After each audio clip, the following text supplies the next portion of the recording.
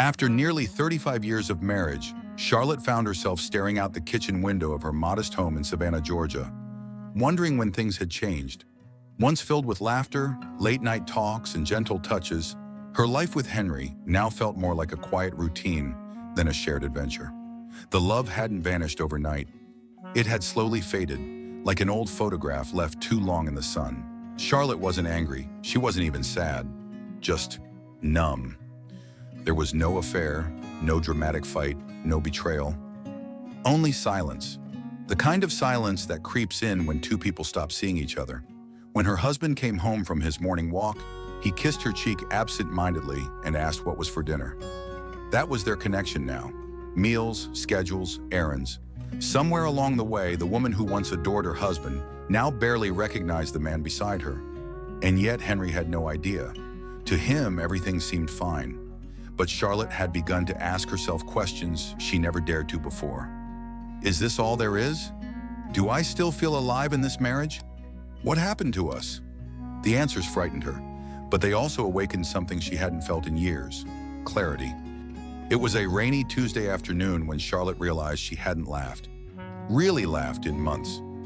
Henry sat across the room, flipping through television channels without a word, oblivious to the growing weight in her chest. The house was quiet, except for the faint hum of the dishwasher and the distant thunder rolling over the Georgia horizon. Charlotte watched him, her husband of 3 decades, the man she once couldn't wait to spend her life with. Now they barely spoke beyond logistical exchanges. Did you take the trash out? What time is your appointment? No depth, no warmth, just noise. The moment hit her like a whisper, yet it felt louder than any argument. They weren't living together anymore. They were simply coexisting. That night, as she folded laundry in their dimly lit bedroom, Charlotte couldn't stop thinking about all the invisible work she'd been doing, organizing holidays, remembering birthdays, holding space for his emotions while hers went unheard. She thought back to their early years when Henry would surprise her with her favorite coffee or scribble little notes just to say he loved her. But those gestures faded, and in their place came expectations, routine, emotional vacancy. She recalled a recent conversation with her friend Eleanor, who had confided, "You know, sometimes I think we raised the kids, took care of everyone else, and just forgot to care for ourselves." That sentence echoed in her mind. Charlotte wasn't angry at Henry. She was angry at herself for staying silent, for allowing the years to pass without demanding to be seen. Later that week during dinner, she finally spoke. Her voice was calm but resolute. "Henry, when was the last time you really asked how I was doing?" Henry looked up, startled, unsure how to respond. "I mean, you seem fine," he said cautiously. "I'm not," she replied. "I've been lonely for a long time, and I don't think you've noticed." The words sat heavy between them. It wasn't a confrontation. It was a beginning. A raw, uncomfortable truth finally laid bare. For the first time in years, Henry really looked at her, not just saw her face, but truly looked. And in that moment, something shifted. Not a miracle, not forgiveness, but awareness. And awareness, Charlotte realized, might just be the first step back towards something real. A week after that quiet dinner conversation, Charlotte decided to take a small, rebellious step. She booked a weekend art retreat 2 hours away in the Blue Ridge Mountains. She didn't ask Henry. She didn't invite him.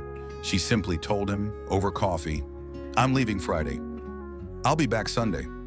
Henry blinked, confused. "Wait, what do you mean, by yourself?" "Yes," she said, pouring cream into her cup. "By myself." It wasn't meant to punish him. It was a choice for herself. For the first time in decades, Charlotte was choosing her. She packed her sketch pad, some worn-out paints from her college days, and a journal she hadn't written in since the kids were small. When she arrived at the retreat, a rustic lodge surrounded by wildflowers and forest trails, she felt something she hadn't felt in years: freedom. That night, under the stars, surrounded by strangers in the scent of pine, Charlotte painted. Her brush danced across the canvas like it used to when she was 23, and believed the world was wide and beautiful and hers to explore. Meanwhile, back home, Henry stood in the empty kitchen, staring at the dinner table set for one. He hadn't expected her to actually go. He thought it was just talk, a phase. He wandered the house, touching her robe draped over a chair, noticing the silence. No dishwasher hum, no soft humming from the next room, no gentle footsteps upstairs. And then as he walked past their wedding photo framed in the hallway, something in him cracked. He saw the young version of Charlotte, the spark in her eyes, the joy in her smile, and realized just how long it had been since he'd really seen her that way. Not just his wife, not just the mother of his children, but Charlotte, a woman with dreams, with a spirit, with a life beyond the walls of their home. And for the first time in years, he missed her. Not out of routine, not because she wasn't there to cook or talk or fold his shirts, but because he felt her absence like a weight on his chest. Something had shifted. The woman he thought would always be there had chosen herself. And now Henry had to ask himself a painful question. What if she doesn't come back the same? When Charlotte returned home Sunday evening, the house looked the same, but everything felt different. She stepped inside carrying her weekend bag and the small painting she had finished that morning. A vibrant burst of colors representing freedom, solitude, and rediscovery. The scent of lemon cleaner hung in the air. The sink was empty, the laundry folded. Henry had cleaned, but it wasn't the tidiness that struck her. It was the note on the table, written in Henry's old handwriting she hadn't seen in years. I didn't realize how loud the silence was until you left. I see it now. I see you now. Charlotte stared at it, unsure how to feel. Part of her heart softened. Another part hesitated. After all, change didn't come from a clean kitchen or a handwritten note.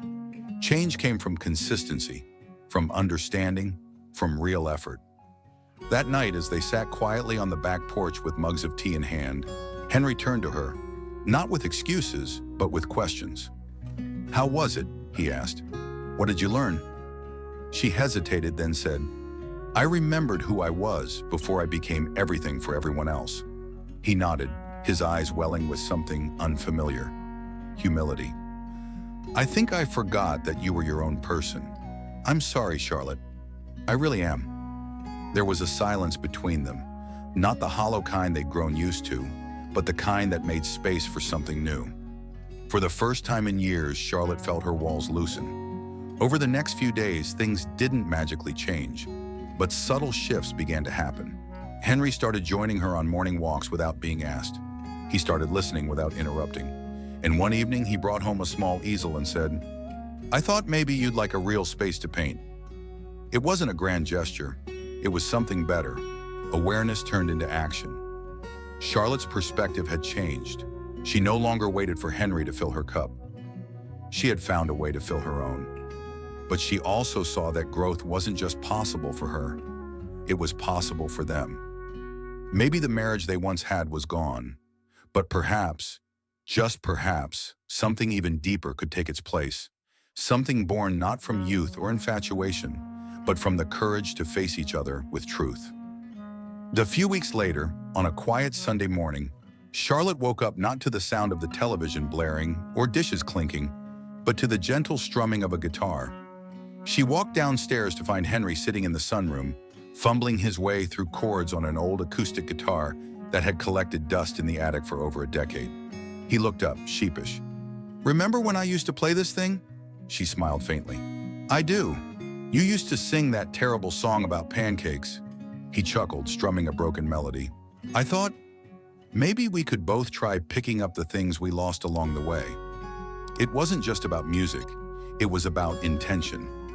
Henry had finally stopped assuming that love was static, that it could survive on memories alone. And Charlotte, for the first time in years, didn't feel solely responsible for keeping the marriage alive. They started carving out small rituals that belonged just to them. Tuesday morning coffees at a quiet cafe downtown. Saturday afternoon walks through the park, hand in hand. Not because they had to, but because they wanted to. One evening, Charlotte invited Henry to attend a painting workshop with her. She expected him to politely decline. Instead, he surprised her. Only if you don't laugh at my stick figures, he said. The workshop was messy. Henry spilled paint. Charlotte laughed until her sides ached. And for the first time in years, they saw each other not as husband and wife weighed down by decades of habits, but as two people rediscovering how to play, how to be present.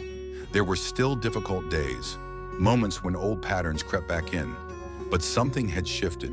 Henry no longer tuned her out during conversations. He began asking her questions about her day and actually listening. Charlotte no longer felt invisible. More importantly, she didn't feel alone. Marriage, they both realized, wasn't about grand declarations or dramatic changes. It was about choosing, again and again, to show up, to notice the little things, to forgive the missteps, to grow side by side, even if it meant starting over. And in that quiet, consistent effort, a new love began to bloom. Not like the fiery love of their 20s, but something steadier, wiser, rooted in respect. They hadn't just found each other again. They had found a new version of themselves together. 6 months later, Charlotte stood in front of her first local art exhibit. Her hands trembled slightly as guests admired the colors, the brushstrokes, the rawness in her work. Each painting whispered a story she had once been too tired or too silent to tell. Henry stood by her side not just as a supportive husband, but as someone who had watched her reclaim a part of herself. He didn't try to take credit. He didn't pretend to understand the journey in full, but he honored it, and that made all the difference. Charlotte had changed. She laughed more freely now. She walked with a quiet confidence. She no longer filled every silence with worry. She had learned to say no, to ask for help, to prioritize rest without guilt. But Henry had changed too. He began reading books about emotional connection. He started attending a men's group at the local community center, not for therapy, but for understanding, for humility, for growth. Once stubborn and dismissive, Henry had become reflective. He apologized more.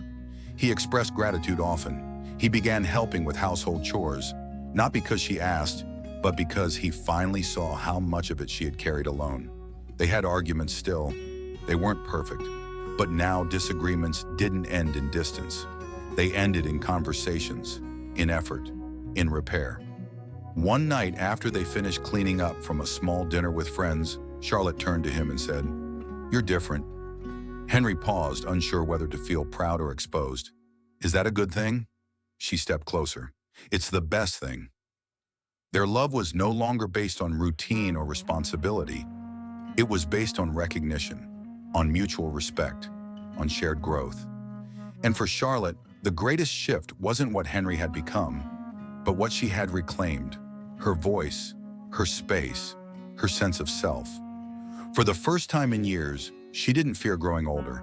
She welcomed it, with grace, with purpose, and with a partner who now walked beside her instead of several steps behind.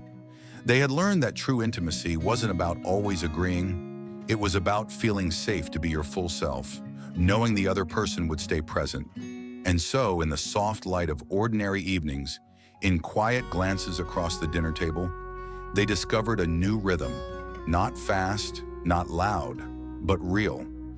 It wasn't a fairy tale ending. There were no fireworks, no sweeping romantic gestures, no dramatic declarations. Just Charlotte and Henry sitting side by side on the porch one evening, watching the sun dip behind the trees. And yet, in that quiet moment, Charlotte realized something powerful. This was love. Not the kind she once dreamed of in her 20s, but the kind that's earned, through honesty, through missteps, through showing up even when it's hard. Henry reached over and gently took her hand. "Do you ever wish we had figured this out sooner?" he asked, his voice barely above a whisper. She thought for a moment. "Sometimes, but maybe we had to lose parts of ourselves to realize how much we mattered to each other." Their journey had been long, with seasons of distance and silence, but also with rediscovery, growth, and healing. Charlotte no longer saw herself as invisible. She was not just a wife, not just a caretaker, not just a shadow behind her husband's routine. She was seen, valued, and loved, both by herself and by him. Henry, too, had shed the armor of apathy. He had learned to be present, to listen, to see the woman beside him not as an extension of his life, but as a vibrant life of her own. Together, they had proven that it's never too late to begin again. They weren't the same people they had once been, and that was a good thing. They had grown, separately and together. Their love had changed shape, softened at the edges, deepened at the core. It was no longer love born of passion or convenience. It was a conscious choice made day after day, to listen, to care, to evolve, to stay. As they sat there, hands intertwined, Charlotte looked up at the stars just beginning to appear. For the first time in a long while, she didn't feel trapped. She didn't feel lost. She felt home. Because love, she had learned, isn't about finding the perfect person. It's about choosing the imperfect one again and again, with grace, forgiveness, and hope. And in that choice, made quietly each day, lies the most extraordinary kind of love there is. Love doesn't vanish with age. It fades when we stop nurturing it. Charlotte and Henry's story is not uncommon, yet it's rarely told with honesty. It reminds us that relationships are living, breathing things. They require attention, humility, and most of all, intentional effort. Marriage isn't about coexisting under the same roof. It's about choosing to see one another, even when the years blur our vision. It's about asking the hard questions. Are we still growing? Are we still listening? Often the answer isn't that the love is gone. It's that it's been buried under unmet needs and unspoken pain. But with courage and care, that love can be unearthed, revived, and reimagined. The lesson here is simple yet profound. If you feel distant from the one you love, speak up. Take the trip. Ask the question. Break the silence. Because love doesn't die in chaos. It dies in quiet neglect. And it can be saved in the quiet too. If you're in a long-term relationship, take one small step this week. Write a letter. Plan a walk. Sit down with no distractions and ask, how are you really? Whether you're the one feeling unseen or the one who's been emotionally distant, there's power in beginning again. It doesn't require grand gestures. It starts with presence, empathy, and listening. Reignite curiosity about each other. Try something new together. Reflect on what you both miss and what you both still long for. No matter how many years have passed, it's never too late to reconnect. Thank you for watching. If you enjoyed this, please like and share with your friends. Your support keeps these stories alive. Don't forget to subscribe so you never miss a new episode. And if today's story touched your heart, leave a comment. I'd love to hear from you. Take care, stay well, and see you in the next story.